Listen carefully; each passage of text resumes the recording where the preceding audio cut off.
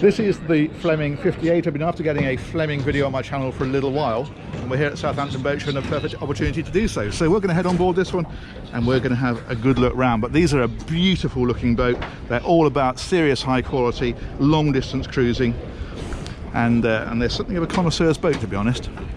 So we're going to step on board. One thing worth noting on these boats, compared to a lot of the modern Flybridge stuff, is how low they are. So stepping from the pontoon, you don't need to go around and climb on the bathing platform. You can literally just step on from pontoon height. That's brilliant. And then you've got these very wide side decks, very well protected by these high bulwarks. And then we're going to head on back to the cockpit and head on in. Okay, so we're going to start the tour just here. So into the accommodation. Now Fleming will fit this out pretty much how you like, obviously within the confines of the bulkhead that it's got. So if you prefer more seating over on this side rather than storage, you could have it. And again, with the woodwork, this is all teak woodwork, it's absolutely beautifully done. But if you felt there's a bit much of it and you would rather have sort of cream facing on the bulkheads or that sort of thing, again, not a problem.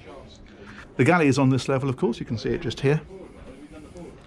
It's got the melee cooking equipment right the way across, and the same here.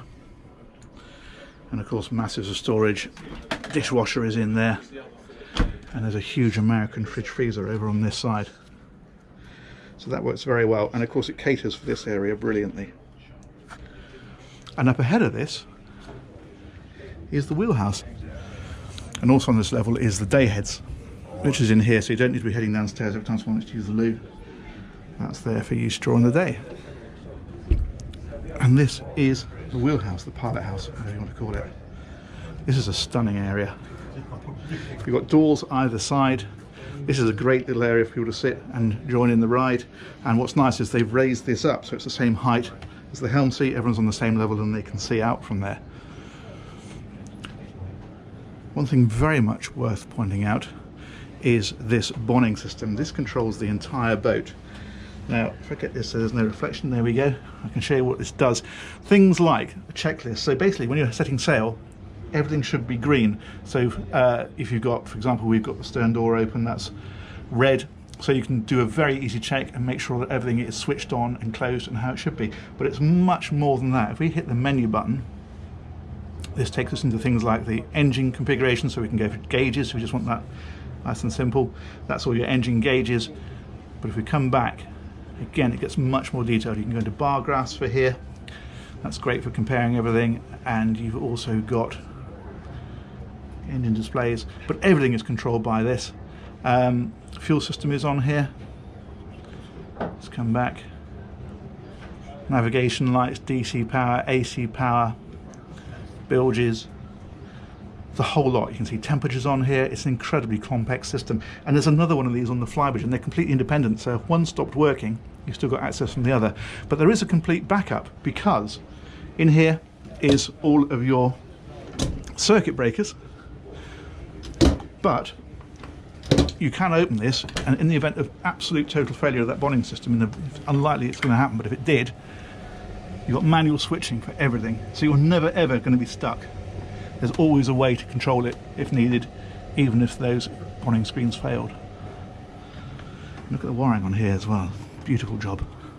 And then more distribution panels over on this side.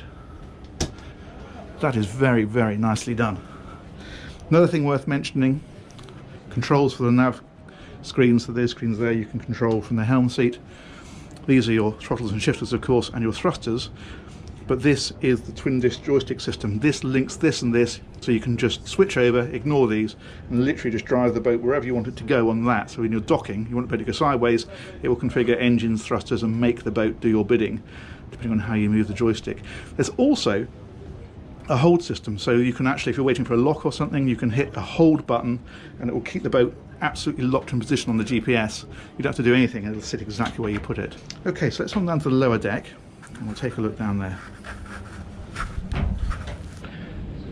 So this boat has the full beam master cabin, but what we're going to do is we're going to head forward first of all and take a look in the forward cabin. Now this is configured with V berths, but there is a choice in here, because what you can have instead of that is that bulkhead can be moved further back and you can fit a double bed in here if you prefer. This has got storage, you've got lockers in behind here. which are illuminated, and there's drawers underneath the bed. And then as we come further back, this is the toilet that's shared by that cabin and cabin 3, which is a decent size, underfloor heating in there as well, which is a nice touch. And then we can come back to cabin 3, which is this one. Now this is a bunk bedded cabin. This is quite clever. What they've done with this is they've recessed this one back slightly. So if just using this bed, this can be moved right back, and it gives you room to sort of sit in here on the bed and that kind of thing. If you are using this one, well then this pulls out along this little track. There's another infill cushion to come in, and that makes that into a full width berth. Nice little storage area just here, and some lovely low level lighting detail as well. Okay, let's head on back a little further and we'll take a look at the master cabin, which is back here in the centre of the boat. That is very nicely done. There's this dressing table over on this side. This of course will swivel out so you can sit at that. Massive of storage, and a really good sized cabin. And again, you can choose what you want. If you don't want that seat there, you'd rather have extra storage, then you can have it. And this of course has its own ensuite, and that's tucked away in here. And this has a separate shower area on this side. But yeah, that's a really lovely cabin. I like that very much. Okay, let's come out of here. One thing worth pointing out just while we're in here is just how accessible everything is. Because a perfect example is under the floor over here. If we remove this piece of carpet, which is here mostly to protect the floor during the boat show, you can see this is a good example of how everything is able to be accessed if it's ever needed. You're not having to dismantle the boat, you've just got access straight into various pieces of equipment that are required. Excellent. Let's pop that back. Okay, let's head on a bit further. So what we'll do now is we'll head up to the Flybridge, and there's an access to that here. And this then takes us up to this upper deck. Now there is an option of a full hardtop on here. He's gone for a bimini on here instead, but that is an option. And again, you can fit this out how you want. So this one's got the big dinette area, but if you preferred forward-facing seating, you can have it. There is a boat deck on the back, and there's also another access down there, so that's straight up from the cockpit. And in fact, there's another option where you can extend this boat deck if you want to, and that gives you more shade in the cockpit. Again, it depends where you're using the boat as to what works best for you. If we head on round here, this is the helm seat. And then this is another of these Bonning screens that's off at the moment, but that's the other system. And then navigation kit is here, and again repeaters for things like the joystick, throttles and thrusters of course, and the wheel. And a terrific view out across the front of the boat. That's excellent. Okay, we're going to head on down from here, have a quick look around the deck areas. So we'll come down here. A few people on board now, so I'll keep the camera pointed down while we nip through here and take a wander down the outside. I love these overhangs they've got here, and these sections make it feel really secure, and it's very high-sided as well, so you feel very safe as you walk around this boat. And the cleats are all recessed. If you look at it from directly above, they're not where you're going to catch your legs on them as you walk past, which is nice. Side access door just there, and another cleat, and these big fairleads for running your ropes through, and then a couple of steps up. Now there's a Portuguese bridge on this one, right up at the front. One thing worth mentioning while we're here, this beautiful teak this is actually GRP, and then this is printed, this teak effect, and then resined over. And the reason for doing that is not because it's cheaper, in fact it's a very expensive way of doing it, but this is virtually maintenance free. All you need to do is wax this occasionally, so it keeps the maintenance down a lot. Storage in around here, and then if we open that one and head up to the front, this is more storage underneath here, so there's big areas across here. And this one's got twin hydraulic anchor winches on the front, and then the anchor locker itself is down underneath here, so your chain is in there, and there's storage for fenders and that kind of thing. You can see one in there at the moment. So again, all very practical. Excellent. And we'll go right up on the front, I think, and take a little view back. Look at that. That's a proper little ship, isn't it? Beautiful. Okay, let's head on back down. and we'll take a look in the engine room.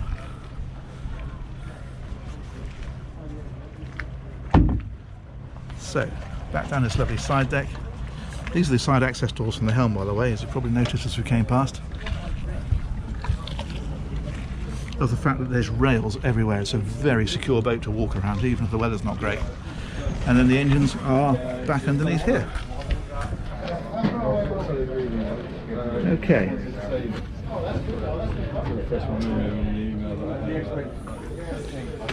This is a neat touch, so this just lifts across, and it obviously then guards the entrance as you come around and gives you something else to hang on to as you head on down. Right, let's go and have a look.